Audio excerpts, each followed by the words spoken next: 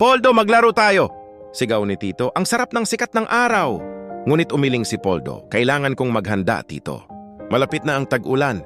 Pinagtawanan lang ni Tito ang kaibigan, huwag kang mag-alala. Marami pa tayong oras para diyan. At nagpatuloy siya sa kanyang pagtalon at pagkanta buong araw. Araw-araw si Poldo ay abala sa paghahanda para sa tag-ulan. Nag-iipon siya ng mga bunga, butil at maliliit na insekto sa kanyang tahanan sa ilalim ng ugat ng isang malaking puno. Samantala, si Tito naman ay walang ginawa, kundi ang maglaro at kumanta sa ibabaw ng mga bulaklak.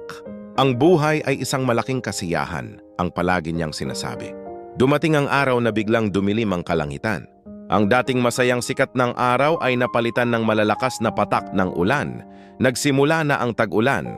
Habang si Poldo ay panatag sa kanyang tahanan, narinig niya ang isang mahinang katok. Pagbukas niya, nakita niya si Tito na nanginginig sa ginaw at gutom. Poldo, tulungan mo akong pakiusap ni Tito. Wala akong mahanap na pagkain at nilalamig ako.